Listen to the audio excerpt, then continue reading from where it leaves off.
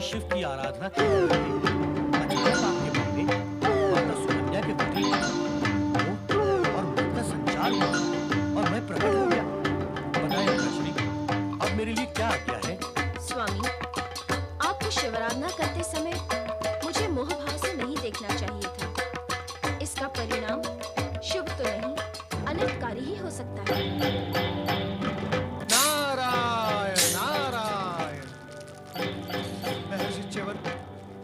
और माता सुकन्या को नारद को प्रणाम। मैं कैलाश से आपको इस अनर्थ से सावधान करने के लिए आया था, किंतु विलंब होने के कारण यह अद्भुत घटना घट गई। महर्षि, यह मदासुर असुर भाव का प्रतीक है। आप कृपया इसे अविलंब अपने आश्रम से दूर करें, अन्यथा मैं भी इस अप्रत्याशित घटना से किम कर्तव्य विमूढ़ हूँ। समझ नहीं पा रहा हूँ कि क्या करूं। हे महर्षि, आप कृपया कर मेरे साथ आए।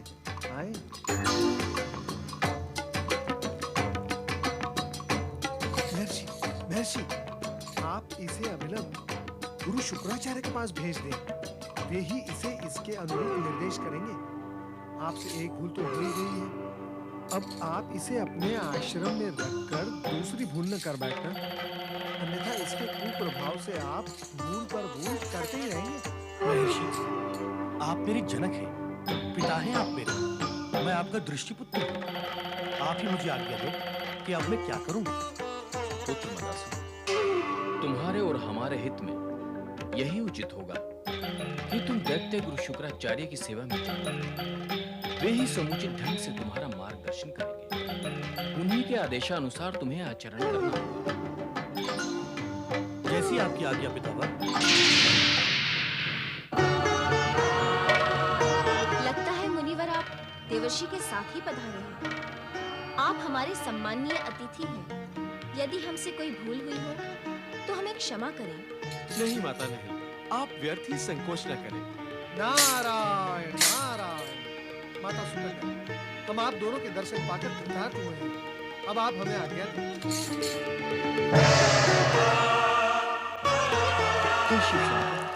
मुझे क्षमा करना। स्वामी, हमें 3 दिनों तक निराहार रहकर शिवाराधना करते हुए इस भूल का प्रायश्चित करना होगा। तुम सत्य कह रही हो।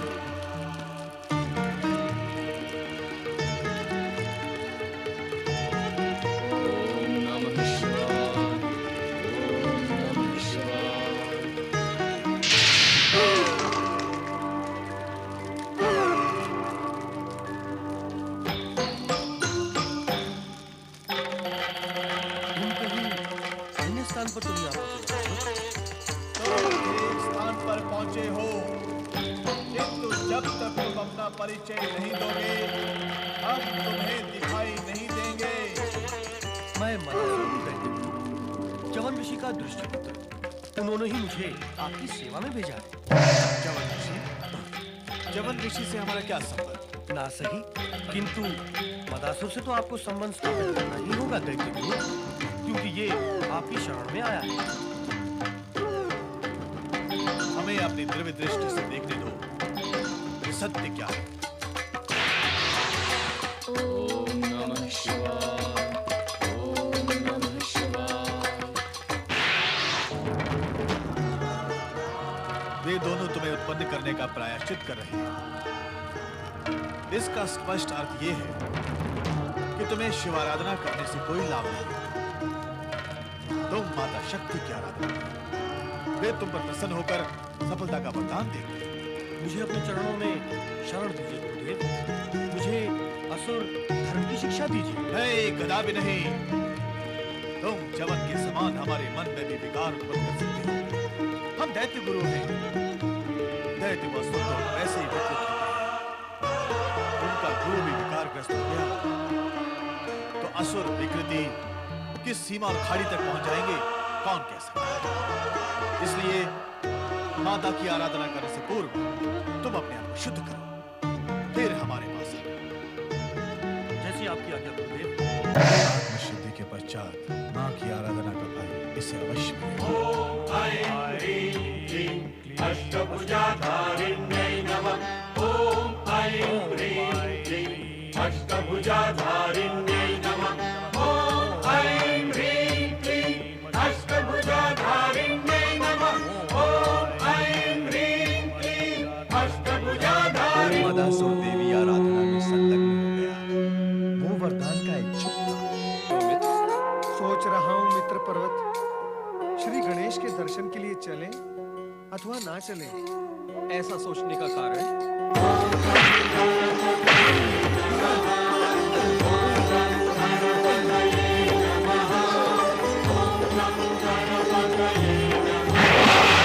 मित्र पर्वत, उस दिन श्री गणेश का उग्र रूप देखकर मैं चकित रह गया था। आशंकित हूँ कहीं मेरी किसी बात से उन्हें क्रोध आ गया तो। वहां ना जाकर भी उचित न होगा, कारण कि हम इस ओर से जा रहे हैं, इसका ज्ञान तो उन्हें होगा ही। यदि हमने वहां ना जाकर उनकी उपेक्षा की, तब क्या उन्हें क्रोध नहीं आएगा? देवर्षि नारद, कृपा करके गणेश लोक पधारे और हमें दर्शन दें। नारायण नारायण, अब तो श्री गणेश ने हमें देख ही लिया, जाना ही होगा श्री गणेश के पास। जय जय सुख करता, जय जय जय सिद्धि विनायक, जय जय गौरी पुत्र श्री गणेश, जय जय शिवानंद श्री गणेश। पधारे देवर्षि, पधारे मुनिवर, आप दोनों को प्रणाम। श्री गणेश, सत्य तो यह है कि हम यहाँ आने का विचार कर ही रहे थे कि हमें आपके स्वर सुनाई दिए और हम आपकी सेवा में उपस्थित हो गए। देवर्षि, आप तो हमारे पूज्य हैं, आपके दोष देखना तो हमारे अधिकार में ही नहीं। परंतु सत्य तो यह है देवर्षि कि आप अकारण ही हमसे भयभीत होकर आने अथवा न आने की द्विविधा में ठहर गए थे।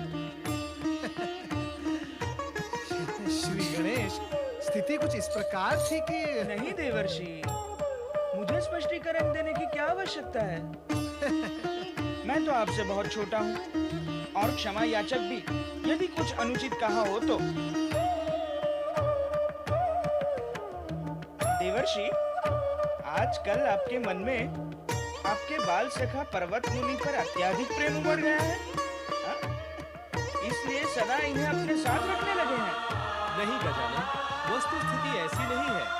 ये तो केवल संयोग मात्र ही था कि सखा नारद मुझे आकाश मार्ग में मिल गए और हम दोनों साथ साथ च्यवन ऋषि के आश्रम में पहुंच गए। च्यवन ऋषि के आश्रम? अच्छा, उनकी दृष्टि से उत्पन्न मदासुर के दर्शन करने। देवर्षि, यह आश्चर्यजनक ही नहीं, दुखद स्थिति भी है कि दैत्य गुरु शुक्राचार्य ने शक्ति की भक्ति करने का आदेश दिया है अब माता पार्वती शक्ति की उपासना करने से प्रसन्न तो होंगी ही और शक्ति स्वरूप धारण कर ब्रह्मदेव के समान मदासुर को अवश्य कोई विचित्र वरदान दे डालेंगी। इस विषय में मुझे उन्हें सावधान करना होगा। ओम ऐं ह्रीं क्लीं अष्टभुजाधारिण्यै नमः। ओम ऐं ह्रीं क्लीं अष्टभुजाधारिण्यै नमः। ओम ऐं ह्रीं क्लीं अष्टभुजाधारिण्यै नमः। ओम ऐं ह्रीं क्लीं अष्टभुजाधारिण्यै नमः। ओम ऐं ह्रीं क्लीं अष्टभुजाधारिण्यै नमः। ओम ऐं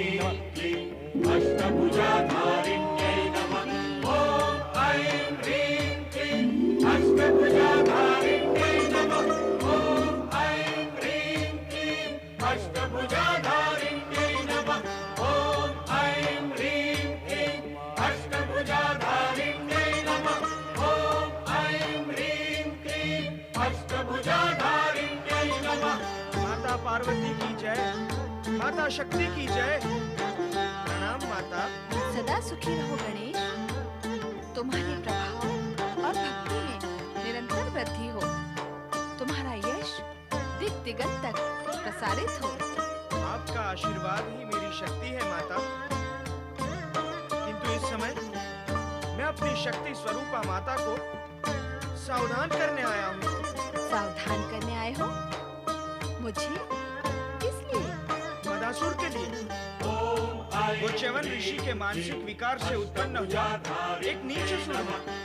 माता, मदासुर की भक्ति से प्रसन्न होकर उसे ऐसा कोई वरदान न देना जिससे जगत के निर्दोष प्राणी पीड़ित हो जाए। तुम्हारे साथ चलो गणेश। लेकिन उससे कोई त्रुटि होने लगे तो? ऐसा न कहे माता, मैं तो आपका बालक हूँ और जिस दिन पुत्र अपने माता की त्रुटियां देखने लगेगा उस दिन सूर्य के प्रकाश में कुछ भी दिखाई नहीं देगा। आपकी त्रुटियां निकालने का अपराध मैं नहीं करूंगा। और वैसे भी बिना बुलाए आपके साथ मैं कैसे आ सकता हूँ? मदासुर ने केवल आपको बुलाया है। आप पधारें, केवल यही प्रार्थना है।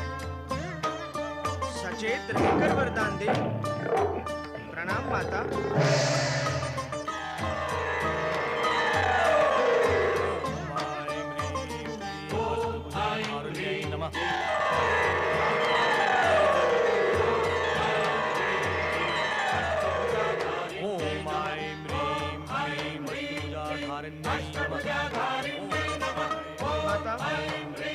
मदासुर की भक्ति से प्रसन्न होकर उसे ऐसा कोई वरदान न देना जिससे जगत के निर्दोष प्राणी पीड़ित हो जाए। मदासुर, भक्त मदासुर, मैं तुम्हारी तपस्या और आराधना से प्रसन्न हूँ मदासुर। वर मांगो। माता शक्ति, दैत्य गुरु ने सत्य ही कहा था कि आप मनोवांछित वरदान देने के लिए अवश्य प्रकट होंगे। मैं आपके दर्शन करके धन्य हुआ। मैं तुम पर प्रसन्न हूँ मदासुर। वरदान मांगो। माता शक्ति, दैत्य गुरु शुक्राचार्य ने तो वरदान के विषय में कुछ भी नहीं कहा। मैं नहीं जानता कि मुझे क्या वरदान मांगना चाहिए। मैं तुम्हें वंश वृद्धि का वरदान देती हूँ। तुम्हारा वंश फूले फले, तुम शक्तिशाली पुत्रों के पिता बनो। परंतु ऐसा कोई कार्य न करना जिससे जगत के प्राणियों को कष्ट पहुंचे। कल्याण भव।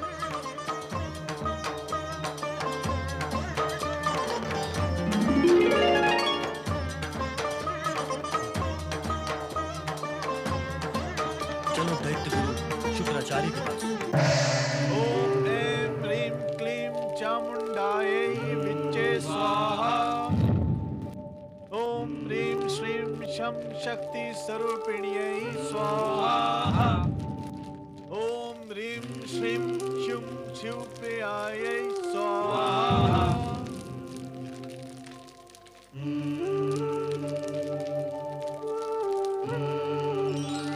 दैत्य शक्ति प्रकट हो।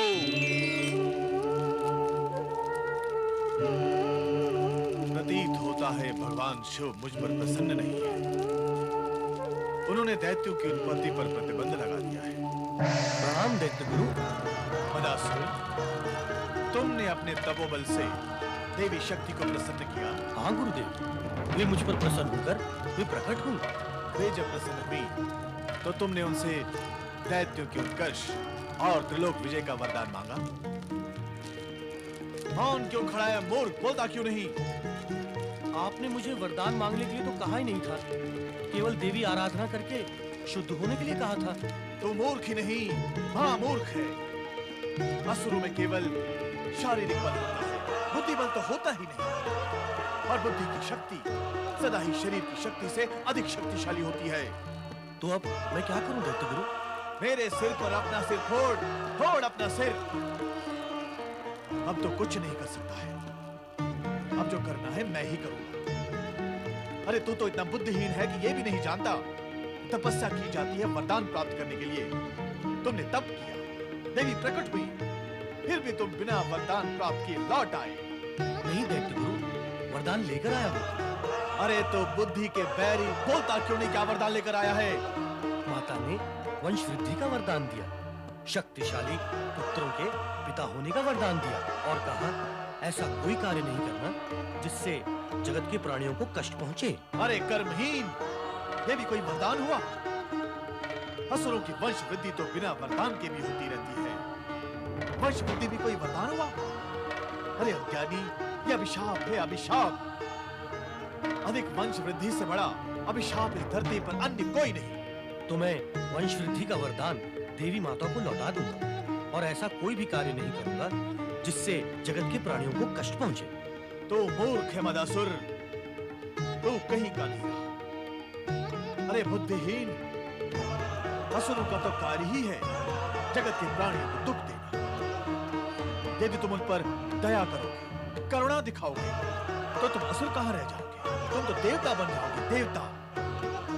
और यदि ऐसा हुआ तो तुम्हारे वंश की वृद्धि कैसे होगी? तू तो तप करके भी अपनी लुटिया डुबो कर आया है। अब दूर हो जा मेरी दृष्टि से। चित्र है तो दैत्य वंश का। दूर हो जा मेरी दृष्टि से, दूर हो जा।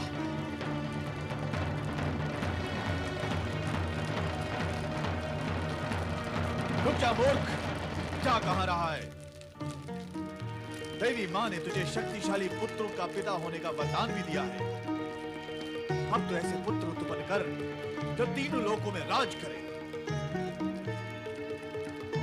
मेरे मुख पर क्या लिखा है जो तू पढ़ रहा है?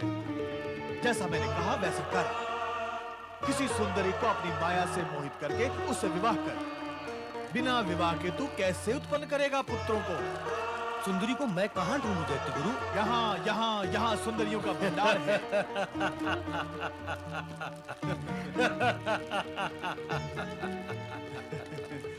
लगता है तेरा हर कार्य हमें ही करना होगा।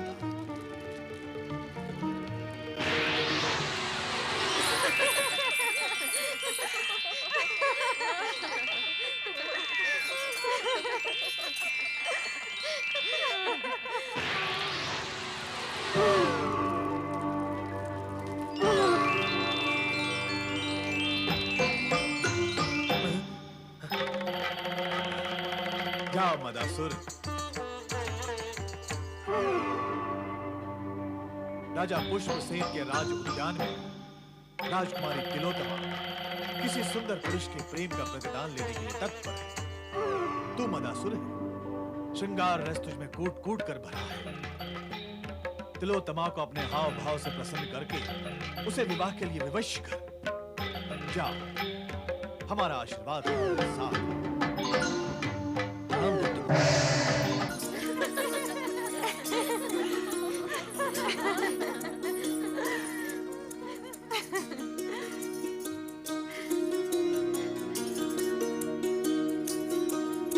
ये सुंदर है।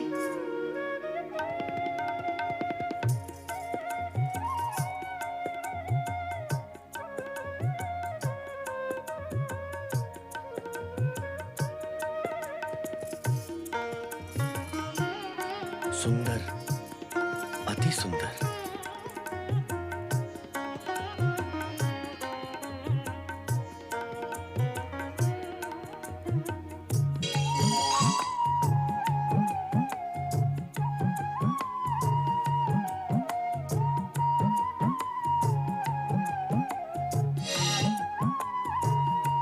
यही है मेरे सपनों का राजकुमार।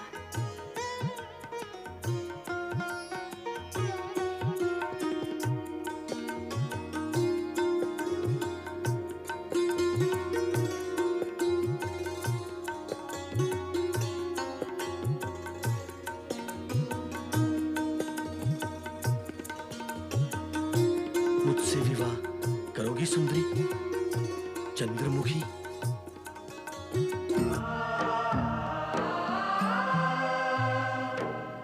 परमेश्वर, इस बार तो आपकी ध्यान समाधि दीर्घकाल तक रही। मैं कब से आपके दर्शन के लिए यहाँ खड़ी हूँ। देवी, इस बीच तुम शक्ति रूप धारण करके च्यवन ऋषि के विकार से उत्पन्न उनके दृष्टिपुत्र मदासुर को वरदान देकर लौट आई। हाँ स्वामी, उसकी निष्ठापूर्ण तपस्या और समर्पित भाव से की गई आराधना के लिए वरदान देना मेरे लिए अनिवार्य था। आप ध्यानमग्न थे, इसीलिए मैंने आपसे आज्ञा नहीं ली। अब मदासुर विवाह करके 3 विकट पुत्रों को उत्पन्न करेगा, जो असुर वृत्ति में वृद्धि करेंगे। उन तीनों से देव और मानव सभी त्रस्त रहेंगे। इसके लिए तुम्हारे द्वारा दिया गया वरदान ही कारण होगा।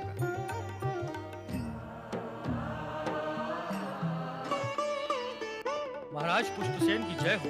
पधारिए मंत्री विशाखदत्त जी। कहिए, क्या सूचना है? सूचना शुभ है राजन। आपके आदेश अनुसार राजकुमारी तिलोत्तमा के स्वयंवर का आयोजन कर लिया गया है और बड़े-बड़े राजाओं को स्वयंवर में सम्मिलित होने के लिए निमंत्रण भी भेज दिया। उत्तम, अति उत्तम। और महाराज, राजपुरोहित जी के निर्णय अनुसार आगामी पौष शुक्ल द्वादशी को राजकुमारी का स्वयंवर होगा। मंत्री जी, अतिथियों के आतिथ्य का भी उचित प्रबंध होना चाहिए। अतिथि सत्कार में किसी भी प्रकार की त्रुटि न रहे। आप तनिक भी चिंता न करें महाराज, इसका प्रबंध मैं स्वयं करूंगा। राजकुमारी तिलोत्तमा को ये संदेश जाकर देना होगा। तुम कौन हो महाशय? तुम्हें देखने के पश्चात तो मैं स्वयं भी नहीं जानता कि मैं कौन हूँ। हे सुंदरी, प्रयत्न करके बताएं भद्र पुरुष कि आप कौन हैं? हे चंद्रमुखी, मैं वसंत देश का राजकुमार प्रेम प्रिय हूँ। मेरे पिताश्री का नाम मकर ध्वज है। मेरे जन्म के समय ही ज्योतिषियों ने भविष्यवाणी की थी कि मेरा विवाह राजकुमारी तिलोत्तमा के साथ होगा, जिससे मेरी भेंट उद्यान में होगी।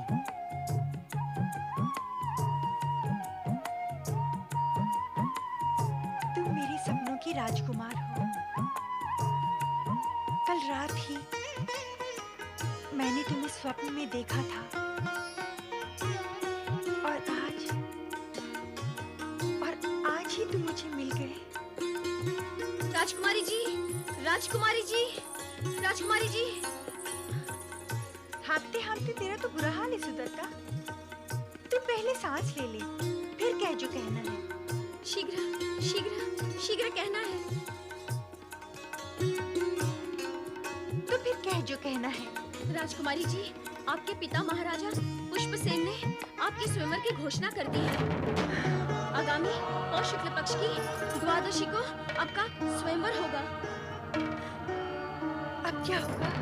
मैं स्वयंवर में आऊंगा, तुम मेरे गले में माला डालोगे, फिर हम दोनों एक हो जाएंगे। राजकुमारी जी, ये कोई राजकुमार था या मायावी था? ओम गं गणपते नमः। ओम गं गणपते नमः। ओम गं गणपते नमः। ओम गं गणपते नमः। पुत्री, तुम्हारे मुख पर यह अवसाद कैसा है? तुम दुखी और उदास क्यों हो?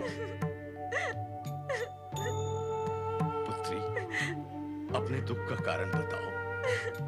पिता के होते पुत्री दुखी हो, ये तो पिता के लिए अत्यंत घातक स्थिति होती है। पुत्री, अपने दुख का कारण बताओ। पिताश्री, मैं उद्यान में फूल चुन रही थी। उसी समय वहां राजकुमार प्रेम प्रिय आया और उसने मुझे सम्मोहित किया। किंतु फिर वो वहां से अदृश्य हो गया पिताश्री, अदृश्य हो गया। और मेरी सखी सुदत्ता कहती है कि वो मायावी है। चिंता न करो पुत्री, भगवान श्री गणेश हर आने वाले संकट से तुम्हारी रक्षा करेंगे। तुम्हें सच्चे मन, भक्ति भावना और निष्ठा के साथ भगवान श्री गणेश की आराधना करनी चाहिए। अवश्य, अवश्य पिताश्री, मैं श्री गणेश की आराधना अवश्य करूंगी। ओम गणपतये नमः। दैत्यगुरु, मैं राजकुमारी तिलोत्तमा से मिलकर आया हूँ, किंतु उसका स्वयंवर तो निश्चित हो गया है और वो स्वयं आशंकाओं से पीड़ित है। ऐसी स्थिति में मुझे क्या करना होगा? मेरा मार्गदर्शन करें दैत्यगुरु। आशंकाओं से पीड़ित तुम भी तो हो मदासुर। देवी शक्ति के वरदान के अनुसार तिलोत्तमा ही तुम्हारे तीनों शक्तिशाली असुर पुत्रों की माता बनेगी। इसमें चिंता और आशंका का कारण क्या है? उसके स्वयंवर में तुम्हें इसी रूप में उपस्थित होना चाहिए। वो निश्चित ही तुम्हारे ही गले में वरमाला डालेगी। तो मुझे पुनः उससे भेंट करनी होगी। प्रणाम दैत्यगुरु। ओम गं गणपतये नमः। ओम गं गणपतये नमः।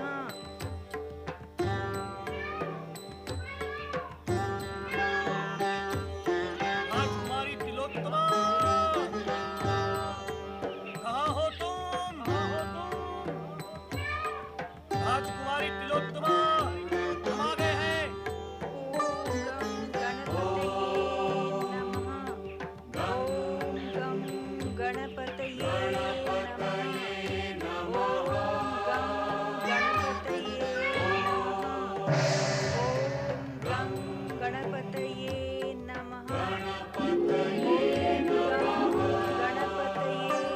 नमः। ओम गं गणपतये नमः।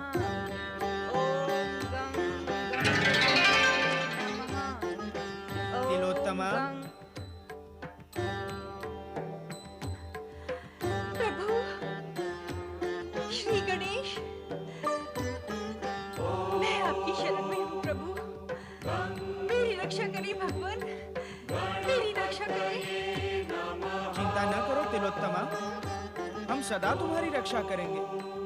परंतु हमारी माता देवी शक्ति के वरदान के अनुसार तुम्हें मदासुर से ही विवाह करना होगा, जो इस समय अदृश्य रूप से यहाँ उपस्थित हैं। मदासुर, क्या मुझे एक असुर से विवाह करना होगा? तुम्हें भयभीत होने की कोई आवश्यकता नहीं है तिलोत्तमा। राज उद्यान में तुमसे मिलने वाला ये असुर अन्य असुरों से भिन्न प्रकार का है। ये महर्षि च्यवन का दृष्टिपुत्र है तथा श्रृंगार रस से इसकी उत्पत्ति हुई है।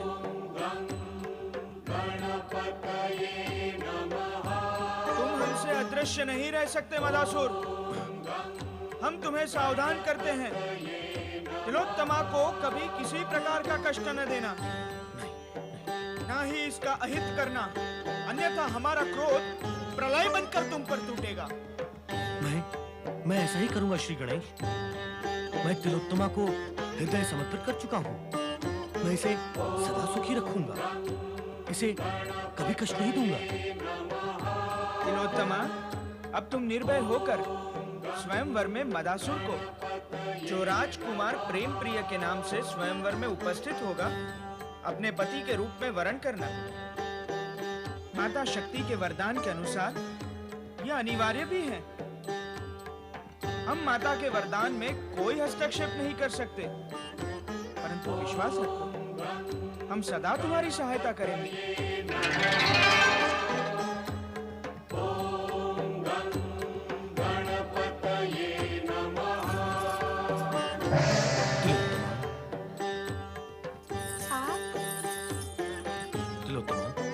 श्री गणेश के दिए हुए अपने वचनों का हृदय से पालन करूंगा। अब मुझे ज्ञात हो चुका है कि श्री गणेश माता शक्ति के ही पुत्र हैं।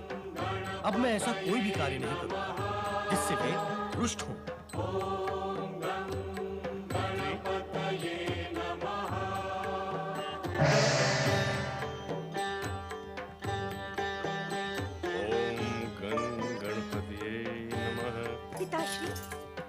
अभी श्री गणेश ने मुझे दर्शन दिए और माँ शक्ति के वरदान के अनुसार राजकुमार प्रेमप्रिय से विवाह करने का आदेश भी दिया। उत्तम, ये तो हर्ष की बात है, किंतु स्वयंवर की पूर्ण तैयारियां हो चुकी हैं। सभी राजाओं को निमंत्रण दिया जा चुका है, इसलिए अब स्वयंवर का आयोजन करना। ओम गं गणपतये नमः।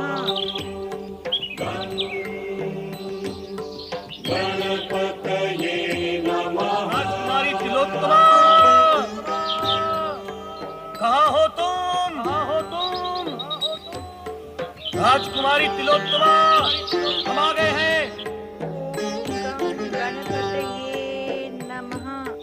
ओम गं गणपतये नमः। ओम गं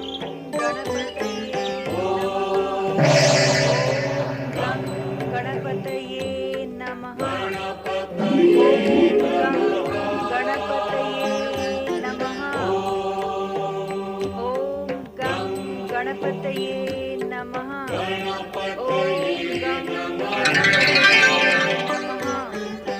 तिलोत्तमा, प्रभु श्री गणेश, मैं आपकी शरण में हूँ। प्रभु मेरी रक्षा करें भगवान, मेरी रक्षा करें। चिंता न करो तिलोत्तमा, हम सदा तुम्हारी रक्षा करेंगे, परंतु हमारी माता देवी शक्ति के वरदान के अनुसार तुम्हें मदासुर से ही विवाह करना होगा, जो इस समय अदृश्य रूप से यहाँ उपस्थित हैं। मदासुर? क्या मुझे एक असुर से विवाह करना होगा? तुम्हें भयभीत होने की कोई आवश्यकता नहीं है तिलोत्तमा। राज उद्यान में तुमसे मिलने वाला ये असुर अन्य असुरों से भिन्न प्रकार का है। ये महर्षि च्यवन का दृष्टिपुत्र है तथा श्रृंगार रस से इसकी उत्पत्ति हुई है।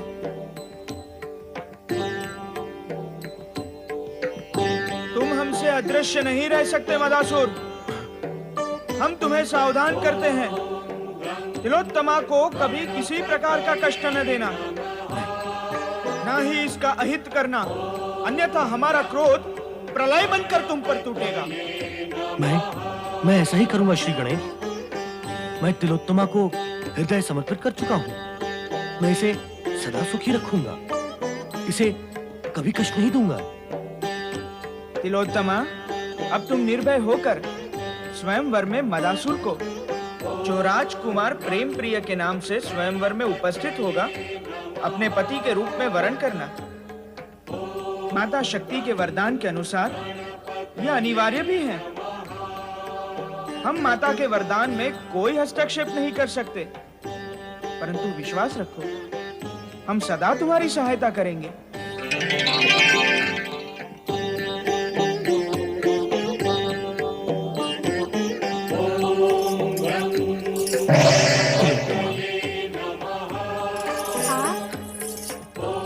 तिलोत्तमा, श्री गणेश के दिए हुए अपने वचनों का हृदय से पालन करूंगा।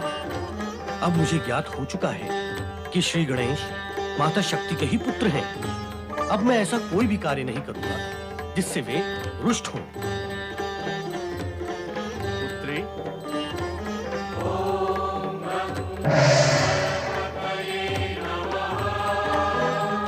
ओम गं गणपतिये नमः। पिताश्री, अभी श्री गणेश ने मुझे दर्शन दिए और माँ शक्ति के वरदान के अनुसार राजकुमार प्रेम प्रिय से विवाह करने का आदेश भी दिया। उत्तम, ये तो हर्ष की बात है, किंतु स्वयंवर की पूर्ण तैयारियां हो चुकी हैं। सभी राजाओं को निमंत्रण दिया जा चुका है, इसलिए अब स्वयंवर का आयोजन करना हमारे लिए अनिवार्य है। भगवान शिव के पुत्र श्री गणेश की कृपा तुम्हें प्राप्त है और स्वयंवर में अपना मनपसंद वर चुनना तुम्हारा अधिकार है। अतः तुम राजकुमार प्रेम प्रिय के गले में वरमाला डालकर श्री गणेश का आदेश पूर्ण करो। ओम नमः शिवाय। हर हर महादेव। आज अचानक कैलाश का स्मरण कैसे हुआ गणेश? अवश्य ही तुम अपनी माता पार्वती से मिलने आए हो। जगत पिता, आप में मैं माता पार्वती और माता पार्वती में आपके दर्शन कर लेता हूँ। आप दोनों में से किसी एक का दर्शन करके मैं दोनों के दर्शन का लाभ ले लेता हूँ। अर्थात आपके दर्शन करने से मुझे माता पार्वती के दर्शन भी हो गए। आपका ये अर्धनारीश्वर स्वरूप तो सदा मेरे सम्मुख ही रहता है। बुद्धि के स्वामी हो तुम, बुद्धिमता की बातें अवश्य करोगे। हमारा विचार है कि देवी पार्वती को तुम्हारे आगमन का ज्ञान अब तक अवश्य हो गया होगा। वे शीघ्र ही यहाँ उपस्थित हुए। तुम्हारे प्रश्न का समाधान भी वे ही करेंगे। प्रश्न? हाँ गणेश, हम जानते हैं कि इस समय तुम अपने एक आराधिका के पास से आ रहे हो, साथ में उससे संबंधित प्रश्न भी लाए हो। विश्वेश्वर, जगत का हर पदार्थ, हर घटना आपकी दृष्टि के सम्मुख ही रहती है, इसलिए इस विषय में मैं कोई तर्क वितर्क नहीं करना चाहता। मैं तो माता पार्वती से केवल यही जानने आया था कि उनके वरदान के फलस्वरूप जब मदासुर 3 शक्तिशाली असुर पुत्रों का पिता बनेगा, तब मुझे उनके साथ कैसा व्यवहार करना चाहिए। पुत्र, बदासुर के पुत्रों के साथ तुम वैसा ही व्यवहार करना जो धर्म और न्याय के अनुसार उचित हो, किंतु यदि तुम उनका संहार करने से बच सको तो मुझे प्रसन्नता होगी। अपने माता के वरदान के साथ साथ तुम्हें अपने वरदान की भी रक्षा करनी है, इसीलिए तुम्हें अपने विशिष्ट बुद्धि का उपयोग करना ही होगा। माता पिता की आज्ञा शिरोधार्य।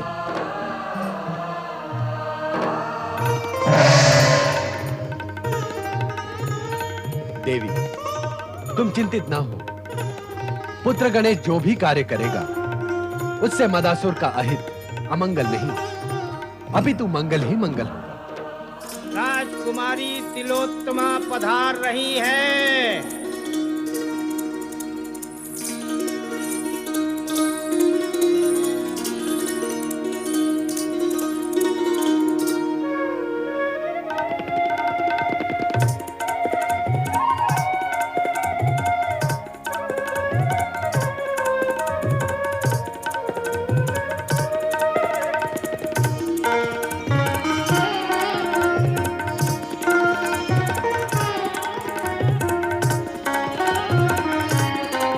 रुचि का वर चुनकर उसके गले में वरमाला डालो पुत्री।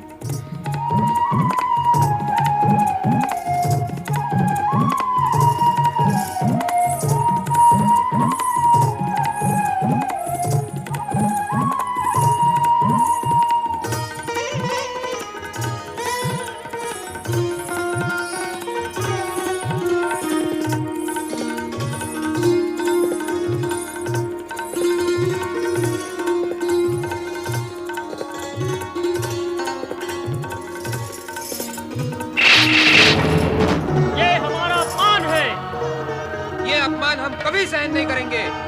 एक अनजान एवं अपरिचित राजकुमार के गले में वरमाला डालकर राजकुमारी तिलोत्तमा ने सभी की मान प्रतिष्ठा पर प्रश्न चिन्ह लगाया है। हम ये अनीति कदापि होने नहीं देंगे। वरमाला भले ही उस गले में डाली है, पर गले तो तुम्हें हमसे ही मिलना होगा। आओ हमारे साथ। आओ। रक्षा करो देव, रक्षा करो। अब तो हम ही तुम्हारे रक्षक हैं, हम ही संरक्षक। रक्षा करो। तिलोत्तमा ने मदासुर को अपना जीवन साथी चुनकर स्वयं को सदा के लिए उनके चरणों में समर्पित कर दिया। दोनों का प्रेम बढ़ने लगा।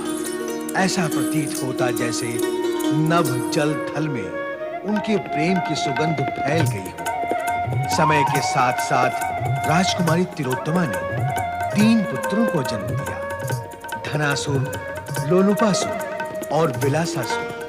उनके जन्म से तिलोत्तमा अत्यंत प्रसन्न थे। असुर परंपरा के अनुसार तीनों पुत्र जन्म लेते ही युवा हो गए।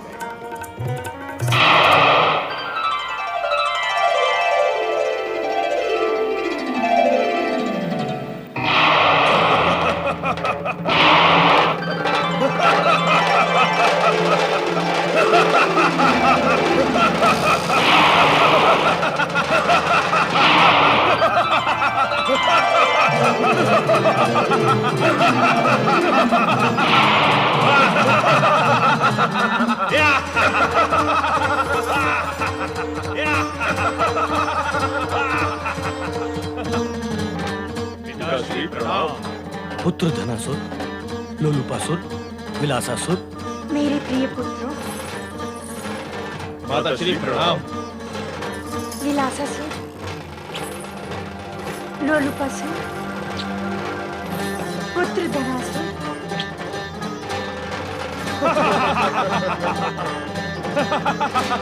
क्या हमारा जन्म इन गुफाओं में रहने के लिए हुआ है? कदापि नहीं। हमें तो महलों में रहना चाहिए।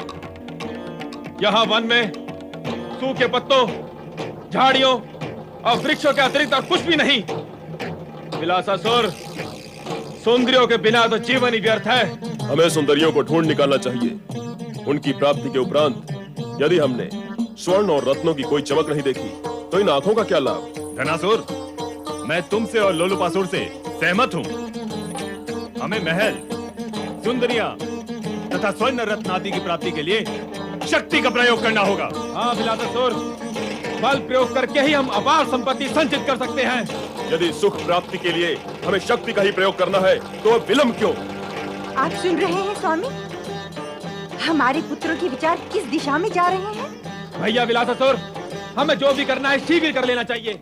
हाँ भैया, महल, सुंदरियां, स्वर्ण, रत्नादि यदि हमें प्राप्त करने ही हैं, तो विलंब करने से वो जितने दिन हमें प्राप्त नहीं होंगे, हम उसके सुख से उतने ही वंचित रहेंगे। बड़े और भौतिक सुख प्राप्त करने के लिए बड़े अन्याय और बड़ी अनीति करनी पड़ती है। विलासासुर, उसके लिए तो हम तीनों तैयार ही हैं। हमें जो भी करना होगा हम करेंगे। अन्याय और अनीति करेंगे तो सुख और संपदा भी तो प्राप्त करेंगे। नाथ, हमें अपने पुत्रों को समझाना चाहिए कि ये आसुरी वृत्ति अपनाकर अन्याय व अनीति न करें। तिलोत्तमा, देवी शक्ति के वरदान से प्राप्त हमारे ये तीनों पुत्र अत्यधिक शक्तिशाली हैं, इसलिए ये अपनी शक्ति का प्रयोग अवश्य करेंगे। इन्हें समझाना व्यर्थ होगा। दैत्य गुरु की जय हो। बंद करो ये अपना व्यर्थ कलाप। क्यों जय बोलते हो? किस लिए बोलते हो? हृदय से बोलते हो अथवा मुझे प्रसन्न करने के लिए? आप इतने रुष्ट क्यों हैं दैत्य गुरु? तुम अनुचित बात करोगे और हमें रुष्ट भी नहीं होने दोगे। तुम्हारा आचरण क्या प्रसन्नता उत्पन्न करने वाला है? मुझसे क्या अपराध हुआ है दैत्य गुरु? अक्षम्य अपराध हुआ है तुमसे। तुम्हारे पुत्रों के जन्म होने की सूचना तक हमें देने की आवश्यकता नहीं समझी तुमने। हम दैत्य गुरु हैं। हमारे कुल में 3-3 पुत्र जन्म ले और हमें सूचना तक नहीं। क्षमा करें दैत्य गुरु। तीनों पुत्रों की माता तिलोत्तमा नहीं चाहती थी कि आपको सूचित किया जाए। क्यों नहीं चाहती थी? पति की इच्छा के सम्मुख पत्नी की इच्छा का अर्थ ही क्या होता है? कहो, क्यों नहीं चाहती थी हमें सूचित करना? इसलिए कि इसके तीनों पुत्र कहीं आसुरी वृत्ति ना अपना ले। तिलोत्तमा, तुम एक असुर की पत्नी तथा शक्तिशाली पुत्रों की माता हो। हम असुरों के गुरु हैं। ऐसे में यदि तुमने असुरों की आसुरी शक्ति की वृद्धि में अवरोध उत्पन्न किया अथवा विरोध किया, तो हम तुम्हें मार्ग से हटाने में कदापि संकोच अथवा विचार नहीं करेंगे। मुझे मृत्यु का भय न दिखाए दैत्य गुरु। सदाचार मार्ग के पक्षधरों को मृत्यु का भय कभी होता भी नहीं। मृत्यु से भयभीत होते हैं दुराचारी। मैं तो अपने पुत्रों को सदाचार के मार्ग पर ले जाना चाहती हूँ। असुर की पत्नी और असुरों की माता सदाचार की बातें करती है।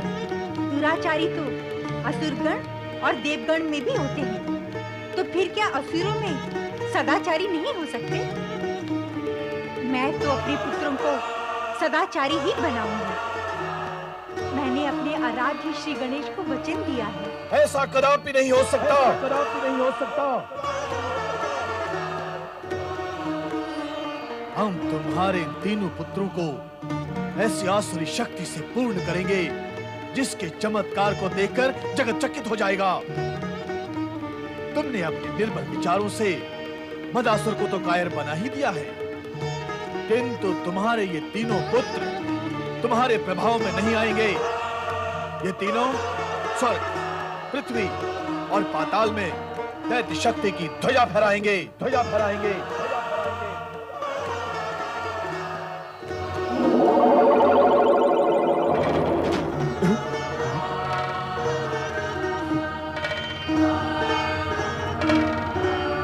दैत्य गुरु की जय। अब तुम तीनों हमारे आश्रम चलो। हम तुम्हें वो सब प्रदान करेंगे जिसके तुम इच्छुक हो। हमारे साथ चलने और आसुरी वृत्ति अपनाने से ही भौतिक इच्छाएं पूर्ण होंगी। आओ हमारे साथ। ये क्या हो रहा है स्वामी? ये क्या हो रहा है? माता पिता के जीवित होते हुए पुत्र को मार्ग पर जा रहे हैं। सदाचार पर दुराचार की विजय हो रही है। शुक्राचार्य मेरे पुत्रों को ले गए, मेरे पुत्रों को ले गए। स्वामी, नारायण नारायण नारायण, भगवान नारायण नारायण नारायण ना।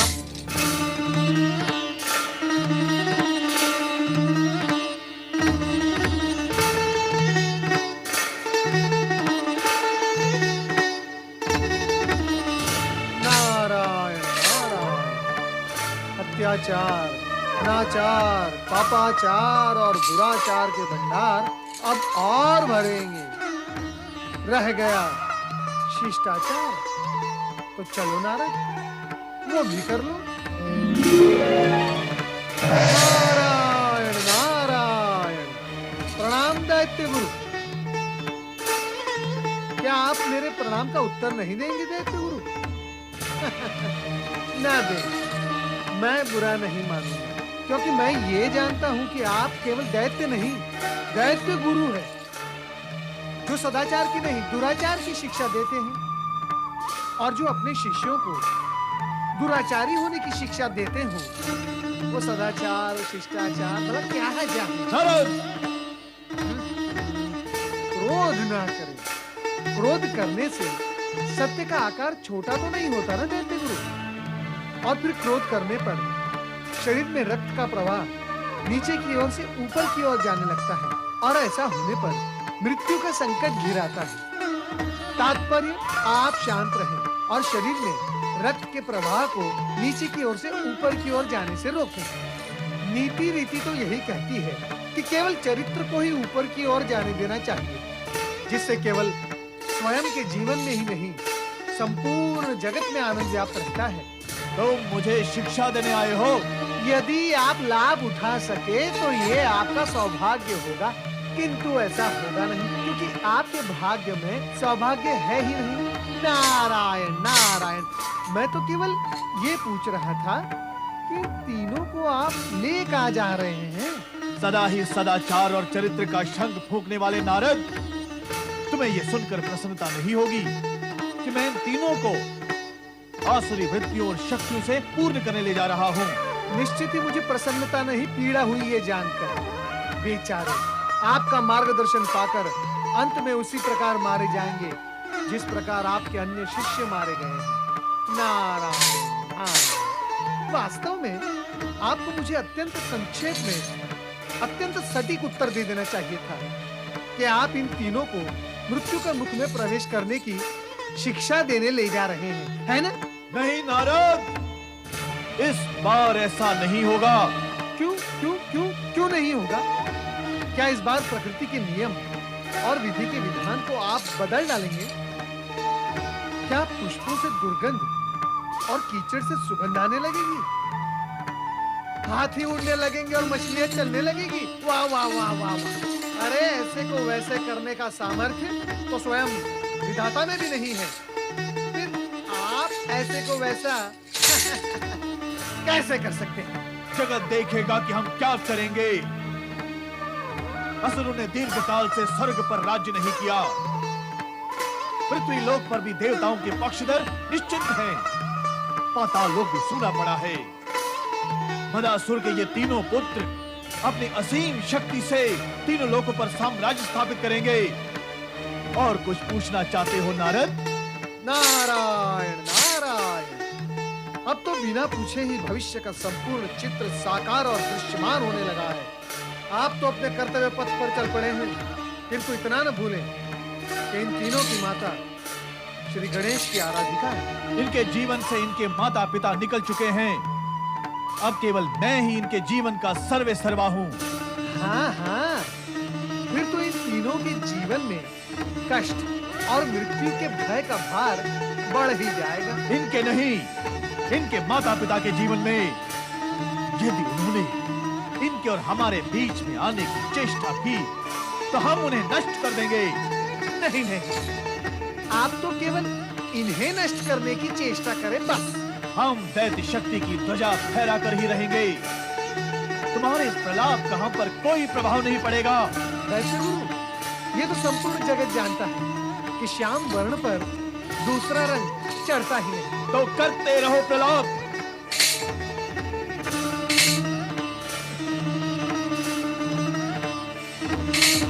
नारायण नारायण। दैत्य गुरु, आप दैत्य शक्ति निर्माण करो, देव गुरु दिव्य शक्ति निर्माण कर लेंगे। दैत्य शक्ति प्रज्वलितायै स्वाहा, दैत्य शक्ति संज्वलितायै स्वाहा, दैत्य शक्ति विस्फोटितायै स्वाहा।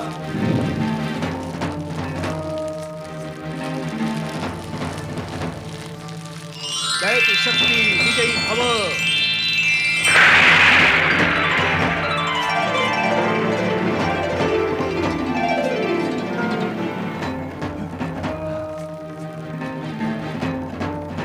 गुरु, आज्ञा करें, हमें किसका विनाश करना है?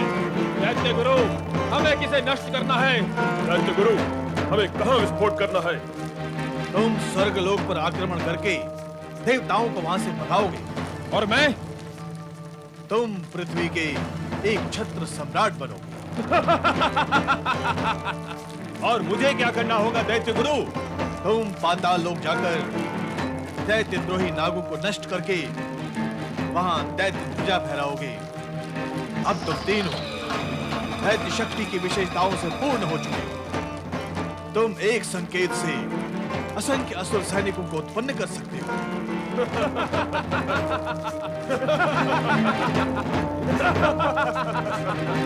आपकी आज्ञा पूर्ण करने के लिए मैं चला स्वर्ग लोक की ओर। प्रणाम दैत्य गुरु। और मैं चला पृथ्वी वासियों की ओर दैत्य गुरु। प्रणाम। और मैं चला पाताल लोक नागों का दमन करने। प्रणाम।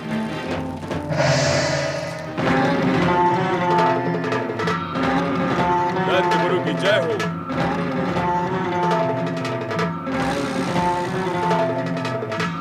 असुर सेना।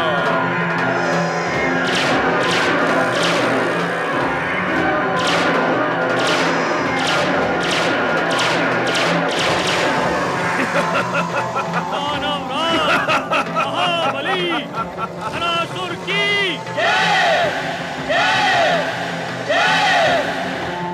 मेरे असुर सैनिकों, चलो स्वर्ग की ओर।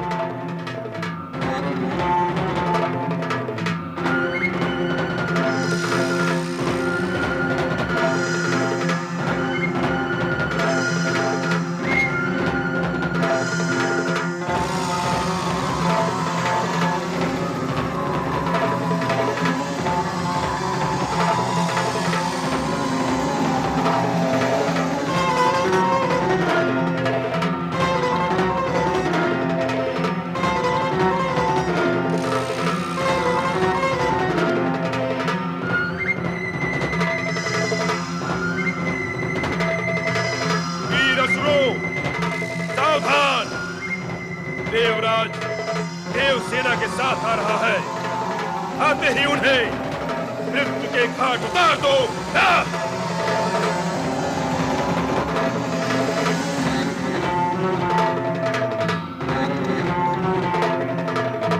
ओ धनासुर,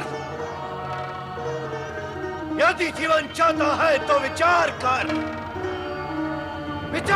अपने पूर्वजों का।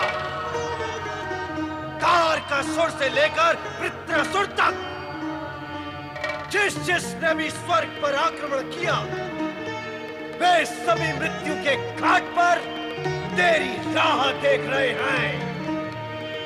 सोच ले। अरे ओ घमंडी इंद्र, सुन, तेरी मृत्यु का घंट बज रहा है।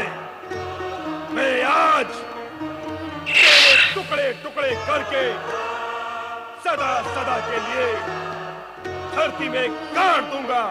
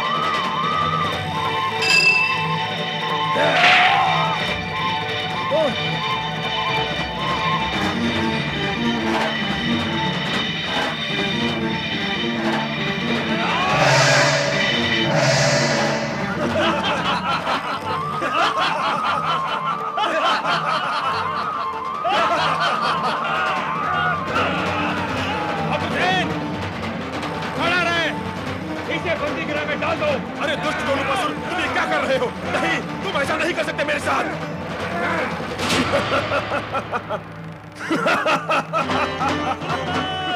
महाबली हरासुर की जय। स्वर्गाधिपति महाबली हरासुर की जय। असुरराज महाबली हरासुर की जय। दानवराज महाबली लोलुपासुर की जय।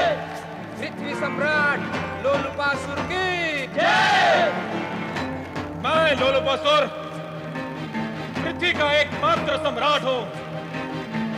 पृथ्वी का जो राजा हमारे अधिपति को अस्वीकार करेगा वो सीधा यमलोक पहुंचा दिया जाएगा। बस महापराक्रमी असुर राज विलासासुर की जय। पाताल सम्राट विलासासुर की जय।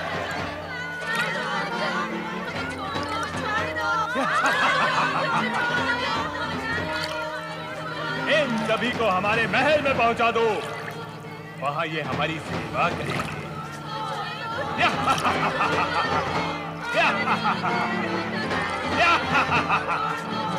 ले जाओ इन्हें। दैत्य गुरु शुक्राचार्य, हम तीनों भाइयों ने आपकी आज्ञा मानकर सारा कार्य पूर्ण कर दिया है। धनासुर स्वर्ग का अधिपति बन गया है। लोलुपासुर ने पृथ्वी पर साम्राज्य स्थापित कर दिया है और मैंने यहाँ पाताल लोक में सिंहासन पर अधिकार कर लिया है। स्वर्ग, पृथ्वी, पाताल, अब तीनों लोकों में हम तीनों भाइयों का अधिकार है। ओम नमः शिवाय। ओम नमः शिवाय। ओम नमः शिवाय। ओम नमः शिवाय। ओम नमः शिवाय। देवर्षि, आप देवताओं, धर्मात्मा प्राणियों तथा पातालवासी राजा के प्रतिनिधि बनकर यहाँ पधारे हैं। इस सत्य को हम जानते हैं। नारायण नारायण, अर्थात सूचना देने के श्रम से मैं बच गया। देवर्षि, तीनों लोकों में घट रही घटनाओं को हम दृष्टा बनकर देख रहे हैं। केवल देख रहे हैं, वो भी दृष्टा बनकर। नारायण नारायण, समस्त देवताओं में अग्रणी महाशक्ति के पुंज श्री गजानन तीनों असुरों के अत्याचारों को दृष्टा बनकर देख रहे हैं। आश्चर्य, घोर आश्चर्य है गजानन, आश्चर्य है। देवर्षि, आश्चर्य तथा चिंता का कोई कारण ही नहीं है। आश्चर्य के ऊपर और आश्चर्य, असुरों के अत्याचार बढ़ रहे हैं। तीनों लोग पीड़ित हैं। स्वर्गलोक से देवगण पलायन कर गए, पृथ्वीलोक पर हर प्राणी करा रहा है और पाताल लोक में सत्ता पलट दी गई है। नागों पर अत्याचार हो रहे हैं श्री गणेश, फिर भी आप कह रहे हैं कि आश्चर्य और चिंता का कोई कारण नहीं। नारायण नारायण। हाँ देवर्षि, हम पुनः कहते हैं कि चिंता व आश्चर्य का कोई कारण नहीं है। श्री गणेश, अत्याचार, पापाचार, भ्रष्टाचार यदि बढ़े हुए हो तो केवल अत्याचारी, पापाचारी और भ्रष्टाचारी के लिए ही आश्चर्य व चिंता का कारण नहीं बनता, किंतु सत्पुरुषों के लिए तो केवल घोर चिंता का कारण है। घोर चिंता का श्री गणेश। कुछ ही समय में ये कारण समाप्त हो जाएगा देवर्षि। वो कैसे? देवर्षि, आपको तो ज्ञान होगा ही कि माता पार्वती ने मदासुर को वरदान दिया है और हम भी असुर पुत्रों का संहार न करने के लिए माता पार्वती से वचनबद्ध हैं। अब ऐसी स्थिति में इन तीनों अत्याचारी भाइयों का वध किया भी नहीं जा सकता। नारायण नारायण, फिर ये अत्याचार रुकेगा कैसे? यदि इन तीनों असुरों का वध नहीं किया गया तो अत्याचारों में वृद्धि ही होगी और ऐसा नहीं होना चाहिए श्री गणेश। मैं माता पार्वती से इन तीनों लोक की रक्षा करने के लिए प्रार्थना करूंगा। आप माता पार्वती से प्रार्थना करेंगे? अथवा उन्हें प्रेरित। श्री गणेश, कभी कभी भिन्न भिन्न स्थानों पर भिन्न भिन्न शब्दों का अर्थ एक ही होता है। नारायण नारायण।